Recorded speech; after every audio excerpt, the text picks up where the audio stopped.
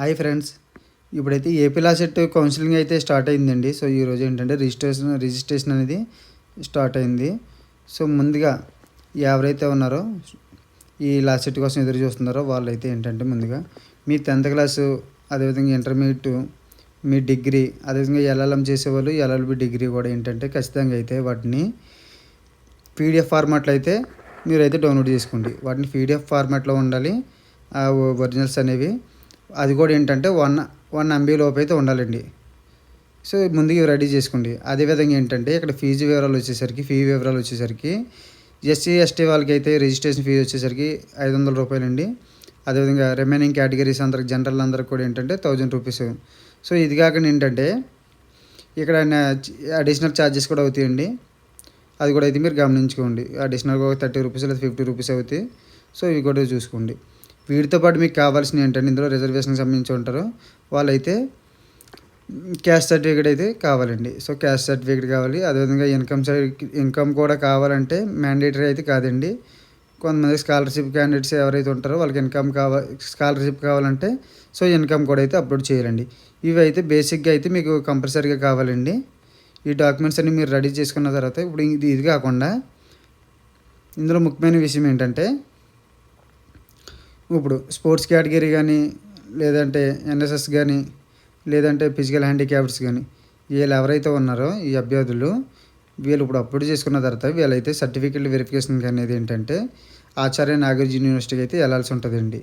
ఏఎన్యూకి అది కూడా ఎప్పుడంటే 9వ తారీఖు అండి, 12వ తారీఖు అండి. సో 12వ తారీఖు అనేది ఖచ్చితంగా అయితే ఏఎన్యూ క్యాంపస్కి వెళ్ళాలి, గుంటూరు అయితే వెళ్ళాలండి. అక్కడైతే ఫిజికల్ వెరిఫికేషన్ అయితే జరుగుతుందండి. ఇప్పుడైతే మనం ఈ ప్రొసీజర్ అనేది ఏ విధంగా జరుగుతుంది అనేది ఇప్పుడు మనం తెలుసుకుందాం. ముందుగా మీరైతే ఏపీఎస్సీ అనే సైట్ అయితే ఓపెన్ చేయండి. సో ఓపెన్ చేసిన తర్వాత కింద స్క్రోల్ చేస్తే మనకి ఏపీ లా సెట్ సంబంధించి ఇవన్నీ ఇక్కడ కనిపిస్తుంది చూడండి. ఈ అడ్మిషన్స్ అనేది ఓపెన్ చేస్తే కనుక ఇలా సైట్ అయితే ఓపెన్ అవుతుందండి. సో ఈ సైట్ ఓపెన్ అయినప్పుడు ముందుగా చూద్దామండి సైట్లో ఏమేమి ఉన్నాయి అనేవి. ఏంటంటే ఇక్కడికి వచ్చేసరికి కొన్ని ఇన్స్ట్రక్షన్స్ ఇచ్చారు, అదేవిధంగా ఏంటంటే ఫామ్స్ ఇచ్చారు ఇప్పుడు మన స్టూడెంట్స్ సంబంధించి, అదేవిధంగా డీటెయిల్ నోటిఫికేషన్ అయితే ఉంది. అది కాకుండా మొత్తం ప్రొసీజర్ అయితే ఇక్కడ మనకైతే కనిపిస్తుందండి. సో ముందుగా అయితే ఇక్కడ డీటెయిల్ నోటిఫికేషన్ అనేది ఒకసారి చూద్దామండి. సో నోటిఫికేషన్ వచ్చిన తర్వాత ఏంటంటే ఇది ఆల్రెడీ నేను ఇంతకుముందు అయితే ఏదైతే ఇంట్రడక్షన్ చెప్పానో సో ఈ నోటిఫికేషన్లు అయితే అవి ఉంటాయండి ఖచ్చితంగా. అయితే రిక్వైర్డ్ డాక్యుమెంట్స్ వచ్చేసరికి ఏంటంటే సేమ్ ఏపీ లా CET, rank card, hall ticket, same మీ 10th, inter, degree, caste certificate, income certificate, మీ స్పోర్ట్స్ కేటగిరీ ఉంటే వాళ్ళకి. ఇప్పుడైతే నేను చెప్పాను కదండి 12వ తారీఖు అయితే ఉందండి అని. సో 12వ తారీఖున అయితే ఏంటంటే ఫిజికల్ వెరిఫికేషన్ అయితే జరుగుతుందండి. సో ఏఎన్యూ క్యాంపస్కి అయితే వెళ్ళాల్సి ఉంటుందండి. సో ఈ ప్రాసెస్ అంతా కూడా ఏంటంటే ఈ డీటెయిల్ నోటిఫికేషన్లు అయితే ఇవ్వడం అయితే జరిగిందండి. అయితే ఇప్పుడు మనకైతే ఈ డీటెయిల్ నోటిఫికేషన్ అయిపోయిన తర్వాత ఇప్పుడు మనం అసలు ఈ సైట్ ప్రొసీజర్లోకి అయితే వెళ్దామండి. ఏ విధంగా ఉన్నది అంటే ముందుగా అయితే మీరైతే ఖచ్చితంగా మీ hall ticket number and date of birth అయితే ఖచ్చితంగా అయితే లాగిన్ అవ్వాల్సి అయితే ఉంటుందండి. సో ఇక్కడ క్యాండిడేట్ రిజిస్ట్రేషన్ వచ్చింది. ఇక్కడ క్యాండిడేట్ రిజిస్ట్రేషన్ దగ్గర hall ticket number, me date of birth enter చేయగానే ఆటోమేటిక్ అయితే ఇక్కడైతే మీకైతే ఇది సైట్ అయితే ఓపెన్ అవ్వడం అయితే జరుగుతుందండి. సో వన్స్ మీ సైట్ ఓపెన్ అయిన తర్వాత ఇక్కడ ఆల్రెడీ మీ యొక్క అప్లికేషన్ డీటెయిల్స్ అయితే అన్నీ రావడం అయితే జరుగుతుంది. మీరు ఆల్రెడీ ఇంతకుముందు అయితే ఈ ఏపీ లా సెట్కి పెట్టారు కాబట్టి అప్లికేషన్ ఉన్న డీటెయిల్స్ అన్నీ మ్యాక్సిమం అన్నీ వచ్చేస్తాయండి. అవి కాకుండా ఏంటంటే ఇప్పుడు ఇందులో మీ క్యాస్ట్ ఏంటో సెలెక్ట్ చేసుకోవాలి. అదేవిధంగా ఏంటంటే ఆ క్యాస్ట్ సర్టిఫికేట్ నెంబర్ ఉంటుంది, ఎంటర్ చేయాలండి. అక్కడైతే క్యాస్ట్ సర్టిఫికేట్ అయితే అప్లోడ్ చేయాల్సి ఉంటుంది. అది కూడా ఏంటంటే మీకు ఆల్రెడీ చెప్పాను కాబట్టి 1 MB లోపు అయితే ఉండాలండి పీడిఎఫ్ ఫార్మాట్లో. సో అది అయిపోయిన తర్వాత ఏంటంటే స్పెషల్ కేటగిరీస్ అండి. సో ఇన్ కేస్ ఎవరైనా స్పెషల్ కేటగిరీస్ ఉంటే కనుక ఇక్కడైతే సెలెక్ట్ చేసుకోవాలి.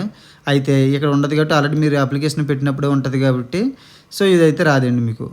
ఎవరైతే స్పెషల్ కేటగిరీస్ వాళ్ళు ఉన్నారో వాళ్ళకైతే సైట్ అదైతే ఎనబుల్ అవుతుందండి. అదేవిధంగా మీ 10th క్లాస్, మీ డిగ్రీ, మీ ఇంటర్మీడియట్, సో అదేవిధంగా మీ ఎల్ఎల్బి డిగ్రీస్ అయితే మీరైతే ఖచ్చితంగా అయితే అప్లోడ్ చేయాల్సి అయితే ఉంటుందండి.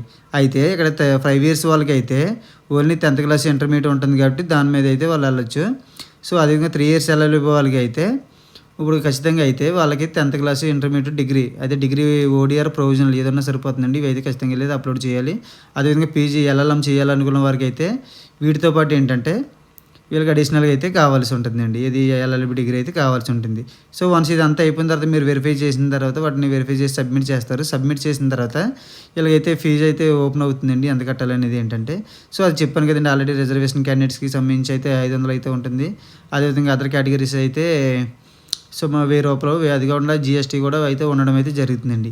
ఈ ప్రాసెస్ అంతా మీరు ఈ ఫీజు అంతా పేమెంట్ చేసిన తర్వాత వన్స్ సక్సెస్ఫుల్ అయిందంటే మీకు ఆల్రెడీ రేపటి నుంచి అంటే రేపు 9వ తారీఖు నుంచి అయితే మీకు ఈ సర్టిఫికేట్ వెరిఫికేషన్ అనేది 2 డేస్లో అయితే జరగడం అయితే జరుగుతుందండి. రేపు ఎల్లుండి అయితే సర్టిఫికేట్ వెరిఫికేషన్ అనేది జరుగుతుంది. వన్స్ మీది ఇంకోటి ఏంటంటే ఈ అమౌంట్ అనేది ఏంటంటే నాట్ రిఫండబుల్ అండి. ఒకసారి ఇది మీకు వెనక్కి అయితే రాదండి అమౌంట్. అది కూడా మీరు ఏదైనా రాంగ్ చేయకుండా అయితే ఉండండి. సో థ్యాంక్ యూ అండి. ఏ విధమైన డౌట్స్ ఉంటే కనుక మీరు అయితే నన్ను కాంటాక్ట్ చేయండి.